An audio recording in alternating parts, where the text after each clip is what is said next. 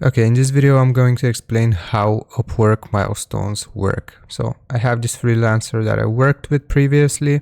So if we click on the three dots right here, we are able to see the milestones and payments. So here is how they work. So basically you set milestones for set projects. So in my case, I set a milestone for every 5 videos. So if I click on show all completed, as you can see, I have a requirement of this freelancer, so 5 videos, and I paid them $10 for it. Again, 5 videos, $10, and also you can set a due date for this milestone. So basically you write the requirement, what is expected of the freelancer, as well as the amount that you're going to be paid and the time date or the time frame that they have to complete this in.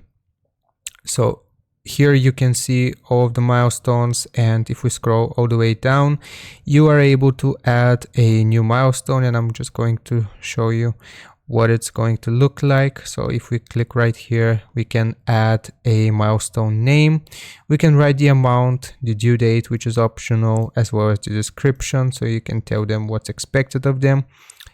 And after you have filled in this information, you can click on save, or the other option is save and add another if you are creating multiple milestones. So basically when they submit work to you, you can approve the milestone and that will release the payment to the freelancer.